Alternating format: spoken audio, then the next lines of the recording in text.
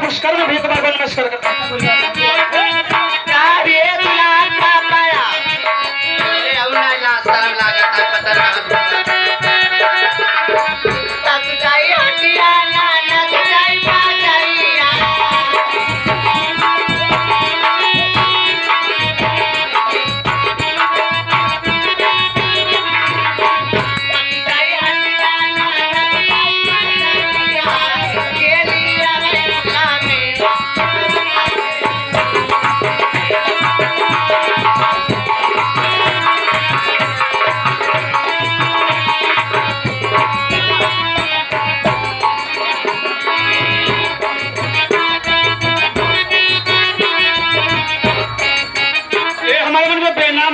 भैया एक डांस पर खुश होकर 21 रुपए का पुरस्कार करते भैया को बार बार नमस्कार।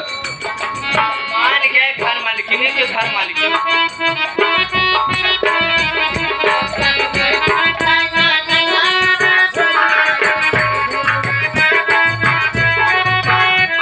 देवी जी की तरफ से 21 रुपए का पुरस्कार मैं देवी जी को बार बार प्राप्त करता हूँ।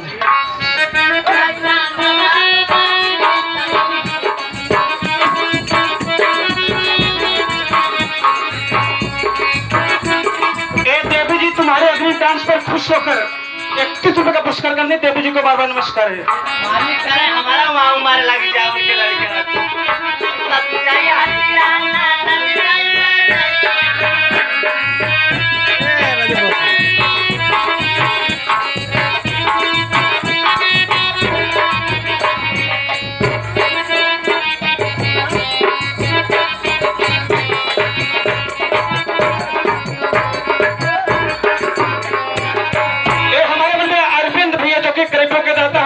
वाले कंधे से कंधा मिलाकर चलने वाले अरविंद प्रधान साहब अग्नि डांस पर खुश होकर 51 रुपए का पुरस्कार करते भैया को बार बार नमस्कार।